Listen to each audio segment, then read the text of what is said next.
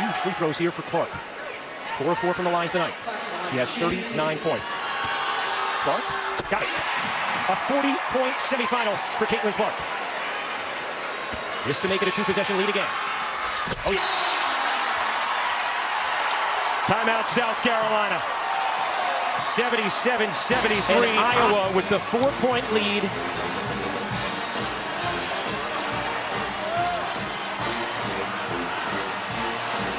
Races away, and the mythical mastery of Caitlin Clark continues.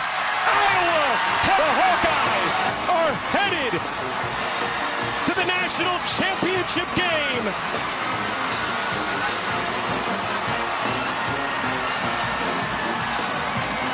And South Carolina's undefeated season ends tonight in Dallas. Did you see it? I hope you saw it. We're going to start this video off with a bang so you stay until the end. You thought Noelle Quinn, the coach from the Seattle Storm, was the first player turned coach to not go and shake Caitlin Clark's hand? No, the first to do it was Dawn Staley when Caitlin Clark put up a 40 ball against South Carolina and broke their 40-game winning streak. This team was a powerhouse. And last year, Caitlin Clark goes down there and spanks them as an underdog. That's why Dawn Staley doesn't want Caitlin Clark at the top, not only because of her skin color, but because she mopped their ass with the best team that she's ever had produced, ever.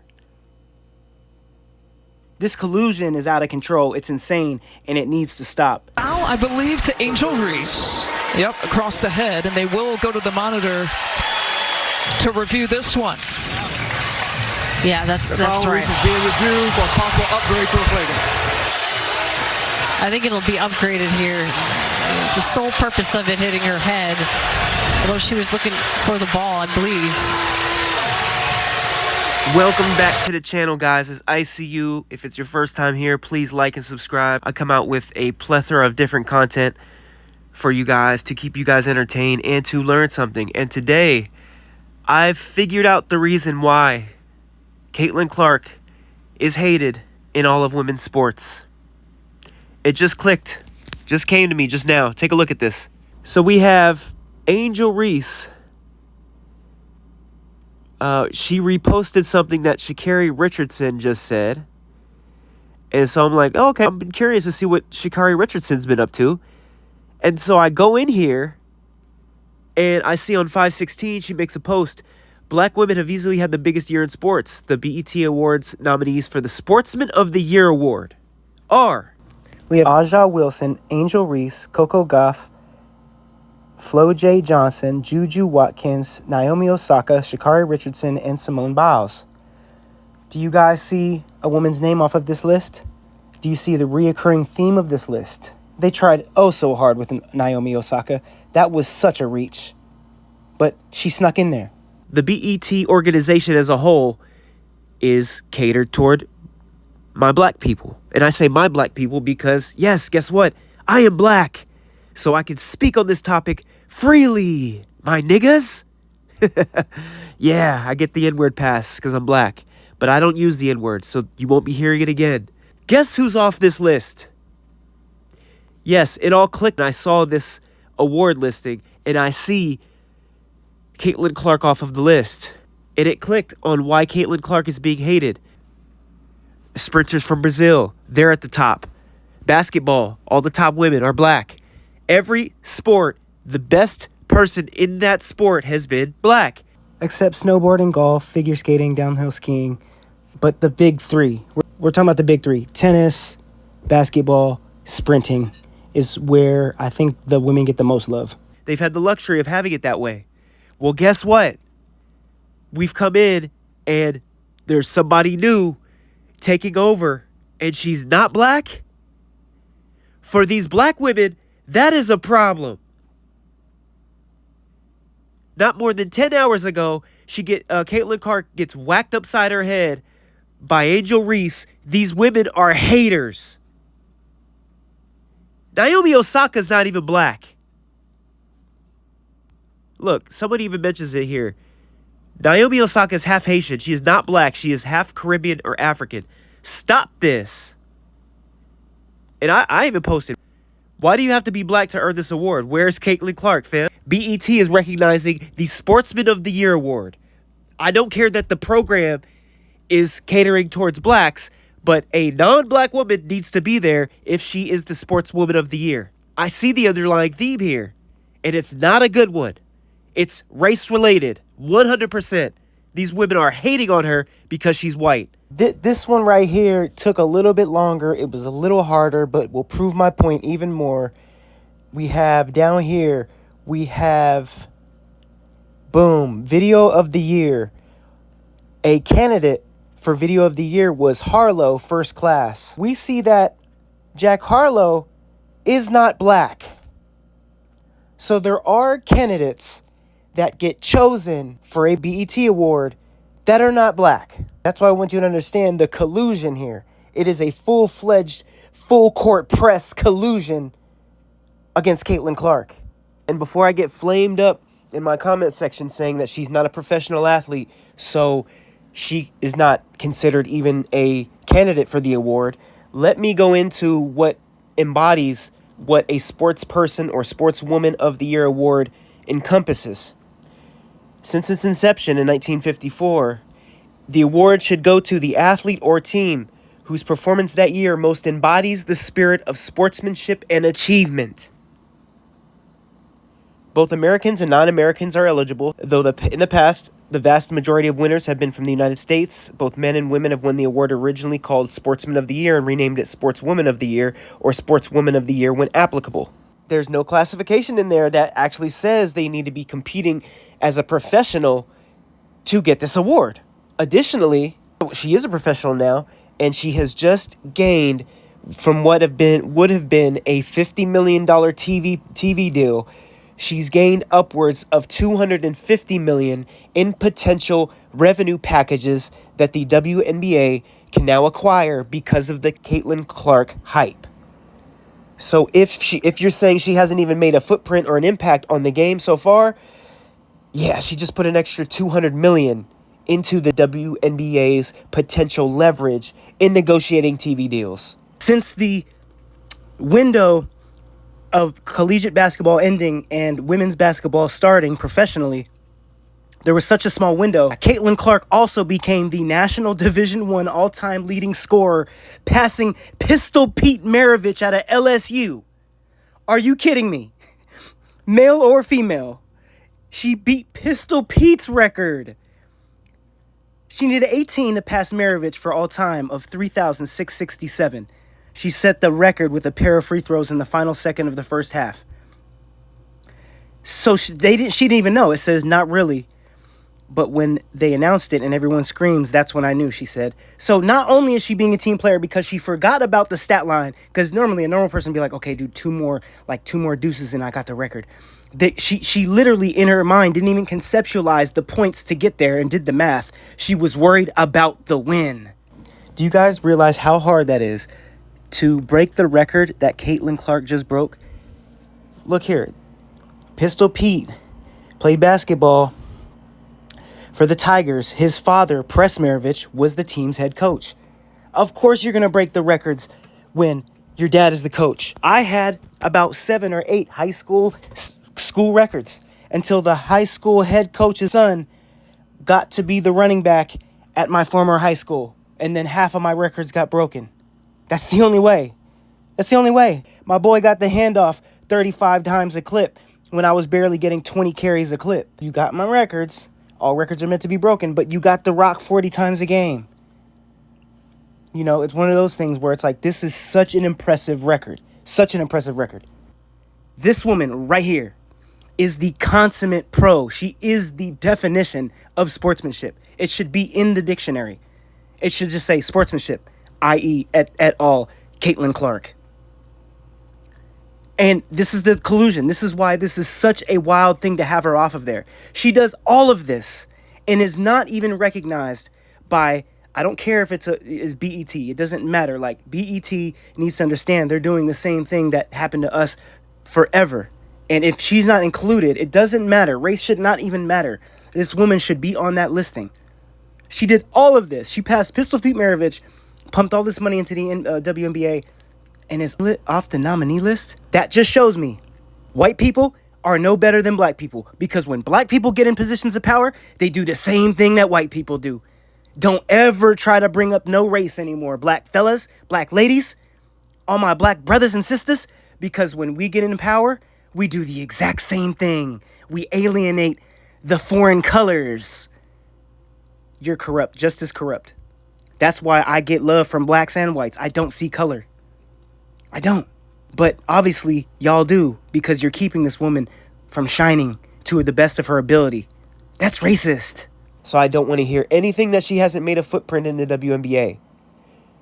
This is blatant racism from top down. In 13 games, Caitlin Clark can bring in 203,000. In 53 other games, the WNBA can only pull 405,000. She is carrying the league. I'm talking about, like heavy status. So why is there reverse racism now within the conglomerate of women's organizations versus what it should be? This award embodies the spirit and sportsmanship and achievement for the game. It doesn't say anything to do with it being a professional athlete.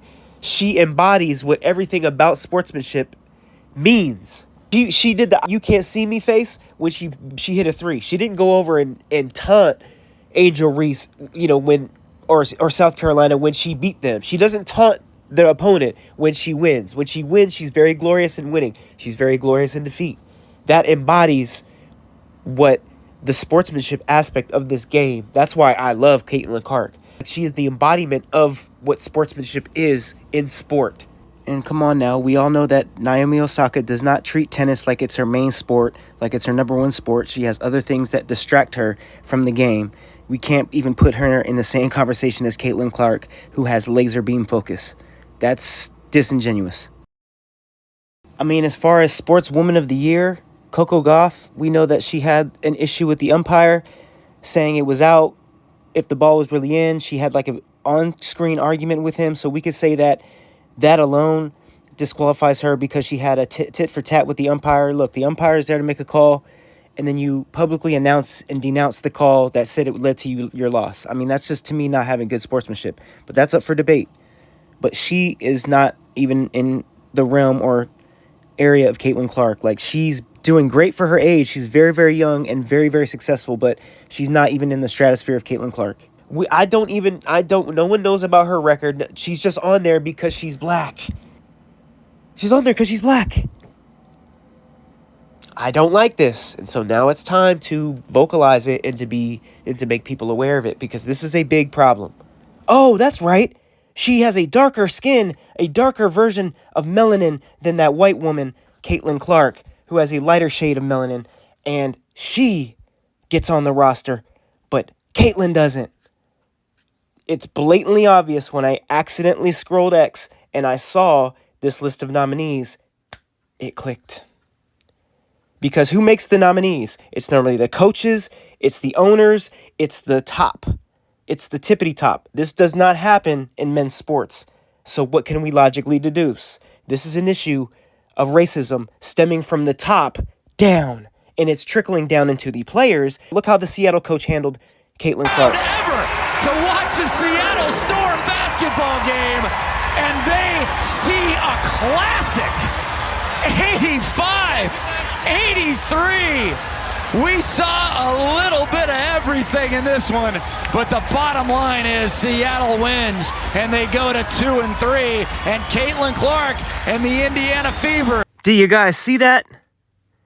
In case you missed it, Caitlin's going over for the sportsmanship thing to do and go over to shake the team's hands after they win, but the coach has it out for them and doesn't let them go over and shake. It's been predetermined that this happens.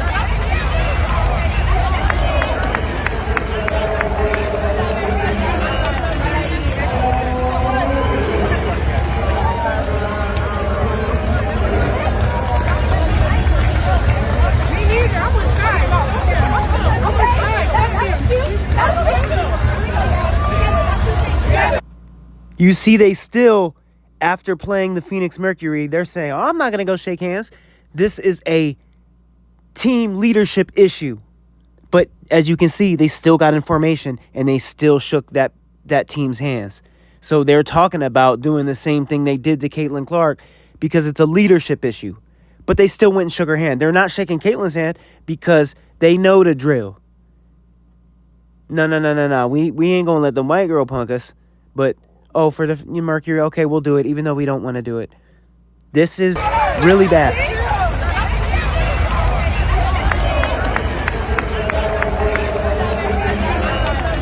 Because the other players already see it, they start walking to the locker room when Seattle huddles up.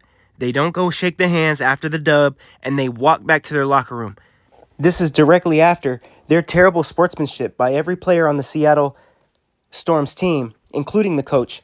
That's after you just played a game in which Caitlin Clark just rose your attendance by 10,000 fans. You were normally averaging 8,400 fans.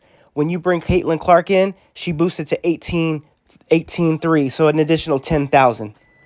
So I don't get where well, I don't know why you're not going over there laying out a yoga mat and bowing down to Caitlin Clark. So wait, hold on, let me get this straight. This is a wild stat. You deny a handshake after y'all win, after one player just boosted your attendance at your home floor greater than the average attendance of every single WNBA team. Let's put that in perspective. Every single home attendance, average attendance without Caitlin Clark, just having Caitlin Clark in your arena boosted you the same average attendance for every other team.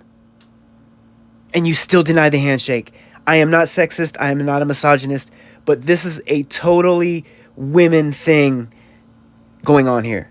You feel me? It's like the level of petty is just beyond what men will at least bow down our swords, shake hands. If you win, I'm still coming to shake your hand. If we have a sparring match, if we have a war with words, even a debate, after I lose or I win, I'm still like, hey, great job, man. Hey, good shit, bro. Like, so this level of petty can only be done by women. What is going on here? Oh, well, we know exactly what's going on here. Here's a picture of the Seattle Storm's head coach. It's no shock. She's black. To Angel Reese. Yep, across the head, and they will go to... So then now we come full circle and we say, well, who is the coach of the Chicago team, the Chicago Sky, that's letting Angel Reese do this to the white woman? And we find out it's Teresa Weatherspoon. Take a look. They've got to go the length of the floor. Teresa Weatherspoon at the buzzer of three. Oh, she put it in! She put it in! And the Liberty win game two! What a finish! Teresa Weatherspoon, the coach, former player that has some of the greatest moments ever in the history of the game, women's or men's, is letting Angel Reese do this to the white woman. Why? Because why is she going to accomplish everything that she has in this game and have it all being taken away by a white woman? It's not going to happen on their watch. That's number 3. 3 coaches, former players, colluding to hold the white woman down. So you would like to say, there's no collusion here between the coach that's letting Angel Reese hit Shorty upside her head and Dawn Staley. They're 2 different coaches. Oh, wait, but hold on. Dawn Staley competed with the USA Basketball as a member of the 1992 Jones Cup team that won gold in Taipei. So we go there and we go and let's see. Let's see. Hold on. So 1992. Who was on this team? Guard number 8, Teresa Weatherspoon. Born December 8th of 1965. So when I tell you there is collusion from the top down and the players are following suit, I'm not lying. It's right in front of our faces. Former players, Hall of Famers, Team USAers are holding the white woman back on purpose. Foul, I believe, to Angel Reese. Yep, across the head. And it's they crazy. will go Look, there's more arrogance from the women of the WNBA This is an article from the Seattle Times. After Caitlin Clark, she sets the attendance record while going up to their building. They interview the owner right out of the gate. It says, we're going into our 17th season owning the team, and the first 15 probably we did the work to get the people here. Storm co-owner Lisa Brummel told Times beater Percy Allen on Wednesday, as we moved into this arena, you start to see the momentum from the city, and they get behind it, and we start to really fill this arena. Then you look at the nation, and they're starting to feel the same thing, like, hey, this is amazing to watch, amazing to experience, creating heroes out there. So no acknowledgement of Caitlin Clark and the buzz. Then we, at the end of this article, we get another quote from the head coach. No acknowledgement of Caitlin Clark. When asked Wednesday about the atmosphere inside a sold-out Climate Pledge Arena, Storm coach Noelle Quinn said, to have an ability to put new eyes on the game and generate this magnetic energy that's coming from basketball, I love it. Part of it, and hopefully we can keep it flowing. From basketball, or from the fact that Caitlin Clark plays really good basketball and she came to your arena. Haters, bro, like haters. Give acknowledgement. It's just like if Jordan was in the game. If Jordan was in the game and brought all these fans to the game, at least a cognizant head coach would be, but at least be honest about where this came from. Stop being delusional. I showed you the stat line. It's all Caitlin Clark. There is a hidden agenda that is coming to light because Caitlin is such a good player. Her play on the court is driving through the narrative to bring this all to light. So Noelle Quinn, you're like, well, was born in 80s, 85. She's 39. So how would there be a tie between her and Dawn Staley, the female coach with the most power? Why would she also be not going over and shaking Caitlin Clark's hand? Dawn Staley was convinced by the Temple staff to do a dual player coaching situation from 2000 until 2005. This is right here. It says she initially rejected the offer and she was still playing in the WNBA, and her friends told her it would be impossible to continue to play and coach. The challenge convinced her, so she gave coaching a try and accepting the position of the head coach at Temple. In the first season, 2001, Temple advanced to the WNIT. And then in 2001, 2, and 2004, her team won Athletic 10 tournament to qualify for the NCAA tournament.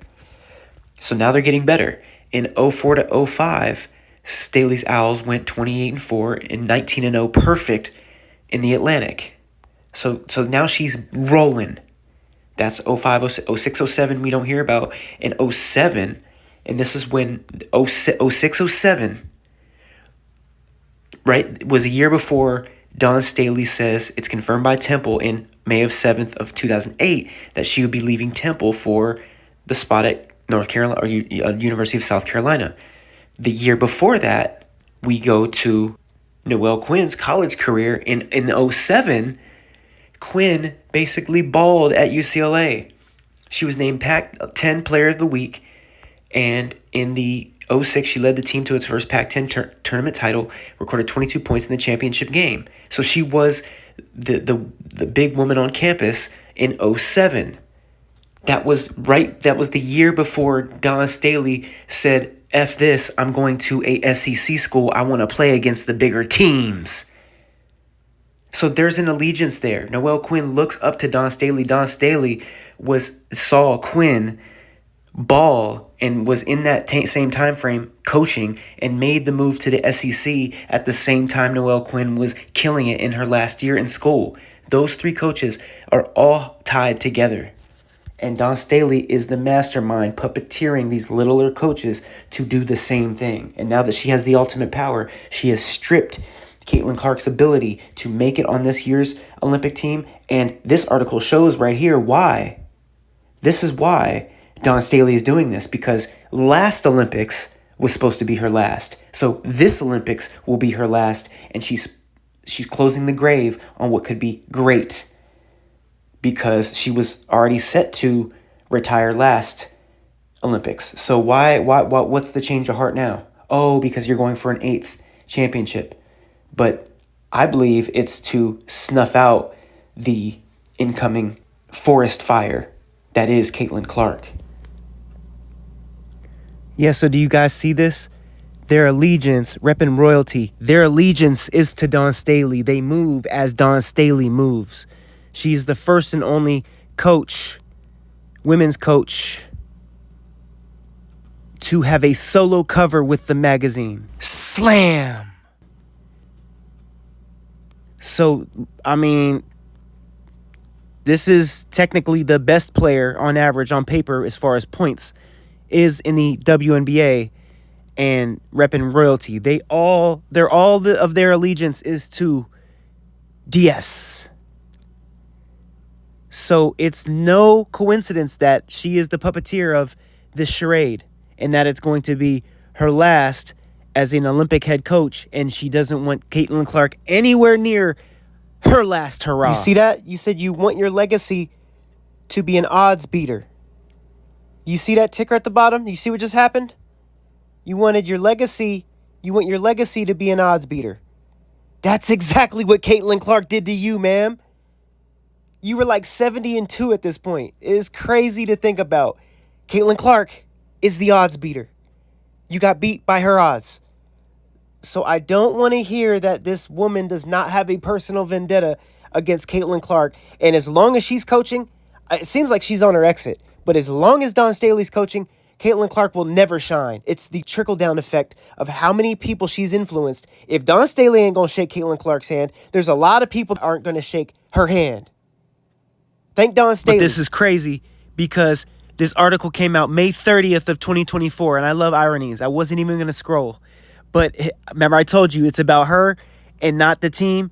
I barely scrolled down to this part, which says, to have coached 24 years in this game, I know that I don't care about a personal legacy. I want to let my players talk about the legacy and that they were able to feel every day from our coaching staff, Staley said in Slam Magazine. Well, guess what, Don? When you get to watch this video, just know that you are considering your own personal legacy over what Caitlin Clark would bring to the table. It's all coming together now. In your 24th year, you're making the biggest mistake of your coaching career. How ironic that it has everything to do with your personal legacy. So along with Noelle Quinn, who allegedly, this is all an act of play, this is satire, this video is not real, it's just a satire video. Miss Staley, Dawn, 23 years as a coach now, one of the most well-respected women in the game, is the Olympic head coach, did make a consideration and a determination on a woman, not based on her gameplay, not based on her production on the court, but based on her skin color. A white woman is coming over to take over your league, and these two have been around the game and played the game. They are not going to let that happen. These two racists are the reason why Caitlin Clark is getting the whack-a-mole treatment. We know that Dawn Staley is black, and we know that she kept her off the Olympic team. But let me show you why. Additionally, let me show you some numbers. So I was wrong. They were 71-2 going into the year that they played Caitlin Clark and lost one game. Not only that, they were the NCAA champions. Then in 2022-2023, Caitlin Clark drops the 40 ball and blanks their undefeated season, and they lose in the NCAA Final Four. The next season, they go undefeated, and they win NCAA champions, the championship. So guess what? Do you know why Dawn Staley has a super personal vendetta against Caitlin Clark? Caitlin Clark fucked up her three-peats. She would have had a three-peat if it wasn't for Caitlin Clark. And you, ma'am, are the reason why she doesn't make the Olympic team. It doesn't make any sense when that woman was the woman that ruins your three-peat. There is no excuse you can use. Look at what she did. She single-handedly beat your squad with an underdog team. Not too shabby. Not too shabby. Let's see what they had to work with, though, previous season. Let's see, the year before, they were 8th. So as, you know, they had to go from 8th. Then they came up and they were number 3. And then after Caitlin Clark leaves, number 2. Yes, and see, now when we break this all down together and I flash this news article, this newspaper that Dawn Staley's holding up, perfect. Can you now tell that she's looking at it with kind of a look of disgust? She's like, man, Caitlin fucked up my three-peat because it would have been perfect. No, it went perfect. she got you, and then perfect. Because the perfect is the national championship. The second year was perfect up until the playoffs, and then the year after you go perfect. But when she looks at this article, this newspaper, she's just like, damn it, I could have had a three-peat. There's no one better for this spot on the team than the only person that's beat you. So how does Caitlin Clark not make the roster? There are videos circulating YouTube that show other professional organizations in the WNBA shaking hands with other teams after the game is over, win or lose or draw. So there was an organized effort between the players and the coach to make the determination not to shake the Indiana Fever's hands based on one player, based on them sending the attendance record at your spot. It doesn't make any sense. This is another level of petty, but it is driven by the color of her skin. That is a problem. And I'm no psychologist, but I am a very nuanced thinker when it comes to human nature. So I know why this is happening. A black coach, a black basketball coach, what it would take for her to get to that level and get to the top is a very hard thing. She would have had to deal with the same sort of racist tactics they are now using on Caitlin Clark. She would have had to feel that. So when she gets to this premier position, how and why would they let a white woman now come back and take it all from them? 5'6" sophomore from Philadelphia, Pennsylvania, number 24, Dawn Staley. 4-0, Stanford. Staley hits it for Virginia. Virginia bidding the time. In the last couple of possessions, Virginia has not been very patient on offense. Staley. Hey, I'm not going to cap. She reminds me of, remember buddy from the Knicks? John Starks. She reminds me of a mini John Starks.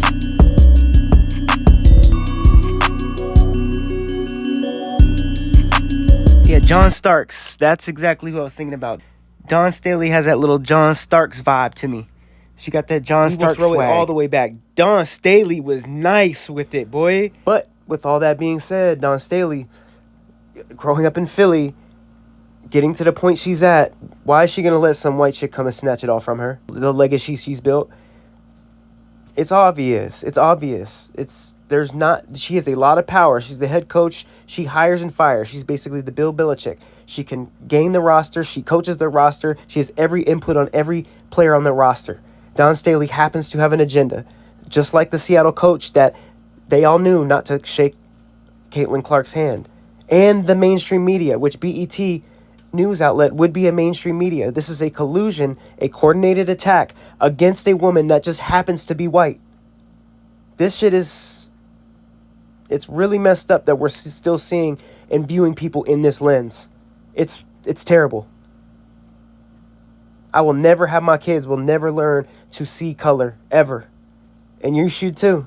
And when you put this together, how it should be put together, and realize it's the black women coaches that are making this all happen, then you will be able to see it clearly. It took her a while to get to that position, so why would another white woman come and bring her back down? Even Christy Sides has to do what's best for her team and side with the, quote, black politics of the WNBA. She can't even run her team like I know she wants to run her team because she would lose her team if she bends and breaks for Caitlin Clark. She would lose her team. She would lose her team. It's no shade, but in the WNBA, look what the white girl has been reduced to. You see Shorty in the zip up? She's slapping all the team's hands.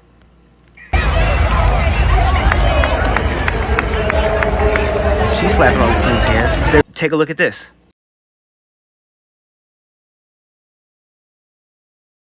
I'm telling you, sometimes these videos, they take you down crazy rabbit holes. Who is this? Because what I'm trying to show you guys is that the white woman in women's basketball has been reduced to like a cheerleader. Facts. And this was the era that she lived in. Like, white people did not ball. Like they didn't not to say that they couldn't ball. It was just the evolution of the game. There's, white people that can ball as good as black people that can ball. right? I don't see it like that because of the evolution of the game. But back then in 92, they were reduced to certain roles, and it was dominated by blacks. Now, as I'm showing you this and bringing context to you, what am I seeing here? Are we seeing our first spotting of a crossover in sports? 1992 is when this came out. What's going on here, Don? Who is this? I need context, because this looks like a fabrication from like the. We'll have to do more due diligence on the squad. Now I say, look what the white woman has been reduced to, because as Dawn Staley dribbles up the floor, look at the Team USA. That is a dark Team USA. That is all 5 sisters, with the bench all sisters. This is a different time frame. You have to understand the time frame that we're in. There was no white girl Steph out there. This is not what they're used to. A white woman running the game of basketball, it's not going to happen in their eyes. Look at the floor. And look what they've been reduced to on the bench. Like, this is crazy. But it should be that the skill set is what produces the results, not the skin tone. The ring is coming.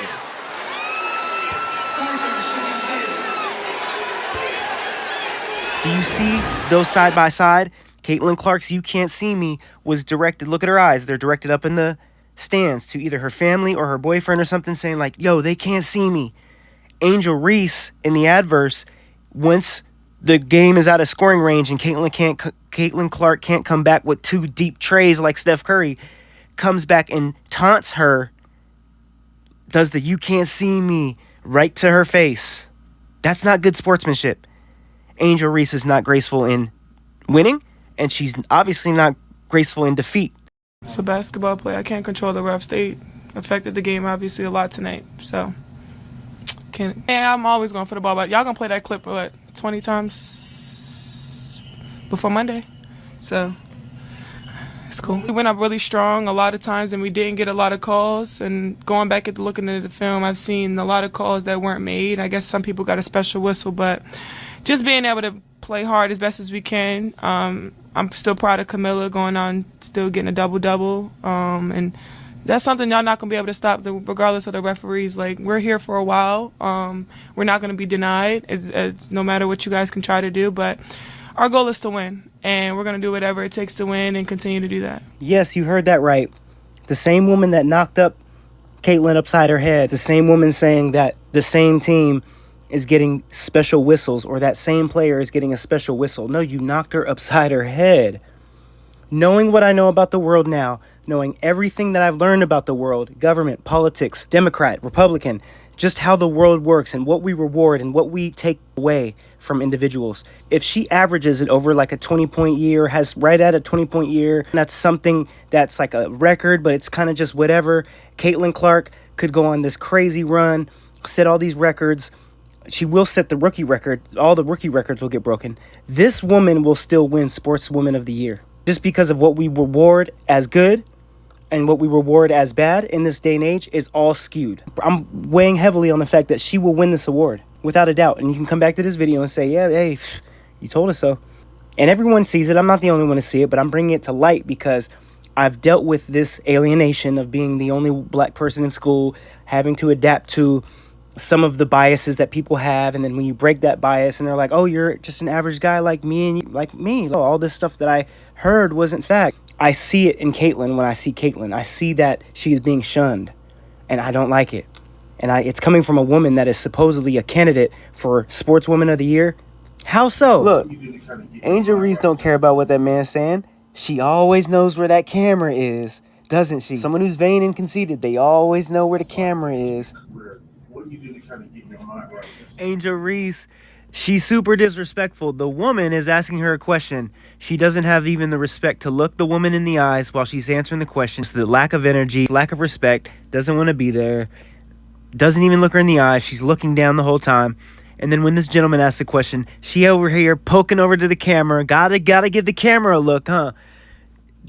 this vanity part of it is just, it really irks me, because this is who we elevate, and this is the cool person, when the person with the actual sportsmanship doesn't even get recognized as a nominee. That's what I'm trying to tell you guys. It's a societal issue. And it took me almost 20 years of playing football up until my last years when I realized it didn't snap. It took me literally almost 2 decades to realize this is what makes a team. Not her cutting half of her sleeve and half of her leggings to be an individual. That's what makes Caitlin Clark so great. Yeah, one more. Angel, so just, I mean, obviously, we talk a lot about the fact that you haven't lost a lot of games in your career. What do you do to kind of keep your mind right, just a tough stretch like this? I mean, yeah, it's tough. I'm not used to losing like this. She ain't used to Caitlin Clark pulling up from the logo and hitting you with them deep trays, aren't you, girl? And getting up from a flagrant run, dusting herself off and hitting free throws, huh? That's sportsmanship. But if you notice, and it's obvious from this still frame when she's whacking up beside her head, that she's not happy when a woman, white or black, brings an additional 200 million and more eyeballs to the games. BET, you are corrupt. If Angel Reese wins this award and anyone sees this video, know where they saw it here first. She's corrupt. Angel Reese does not play the game with any integrity, and she does not have sportsmanship, which embodies the award. So why is she on this list? Why is Coco Gauff on this list? Why is Naomi Osaka on this list if it's strictly a metric for black people? Do you see the fallacy in this whole entire ordeal? I don't like it, because I've dealt with this same type of alienation, and it's not a good feeling, because there's nothing you can do about it. Even though you have people sticking up for you, the whole world sees it. Caitlin Clark's dropping buckets, and if you're having to be a coach or an executive and you are sticking up for your coaches, you are in on the collusion of this racist activity. So your organization is at fault. This is a woman that is deserving of a position, but because of her color is being withheld from a position. Once you see it from this perspective, you can never go back. You just cannot go back. It makes total sense when Sha'Carri Richardson shares the BET's nomination for Sports Women of the Year, and they are all black, and they try to fit Naomi Osaka, who's, she could be considered black, and they throw her in there just to round the list off. This is bullshit. And it shows me there's collusion from the top. Yes, that is your boss talking. Ray Tanner, you still have a boss, even though you are the coach at Team USA. Your main facilities lie in the SEC. So, your boss is Ray Tanner. I don't know if Ray Tanner would like to know that you are colluding with other coaches to keep a white woman off of teams. I don't think Ray Tanner would be very pleased, especially knowing that this is probably some of the things that you had to encounter living in this area of the world where racism was, and it still is, very, very rampant. For you to be able to get that power and come back and do it full circle again is very insane to think about. Very insane. But it's ironic, but it makes sense at the same time.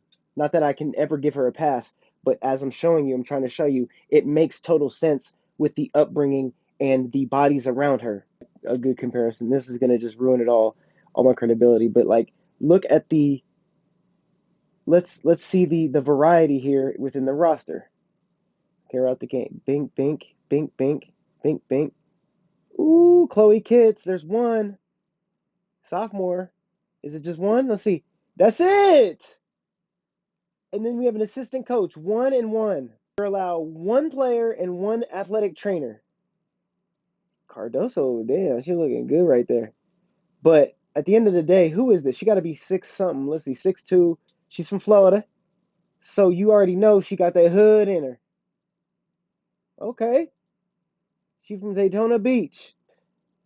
So it helps to be good. I mean, you know what I'm saying? But you don't see very much variety. And that's what I'm trying to say is that she's got a certain type, and that type is the type. And damn, there's my girl Cardoso again.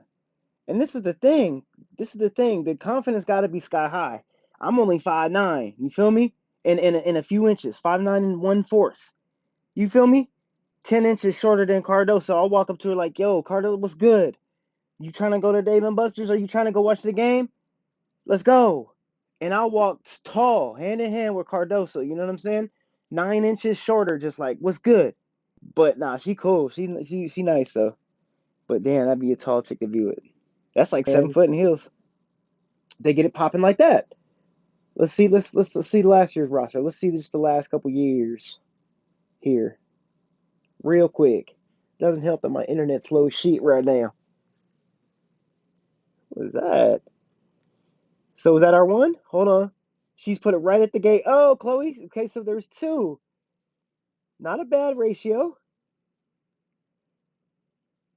Lisa Boyer. How much, I wonder how much input this woman gives. Let's see. Okay, so she's been an assistant for her for years. Gotta have that white woman on your side so it doesn't look as obvious as it really is. Huh? Because she's right up under you. That's the whole point. When you see a player that's about to come right leapfrog over you, you are holding them back, ma'am.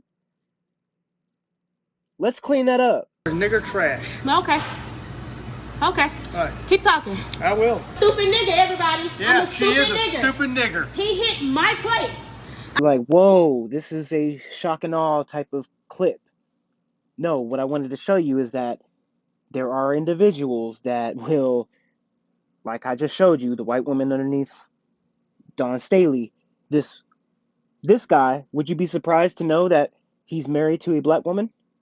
So it's the reverse. You show people what you want to show them, but in real life, you are a certain way.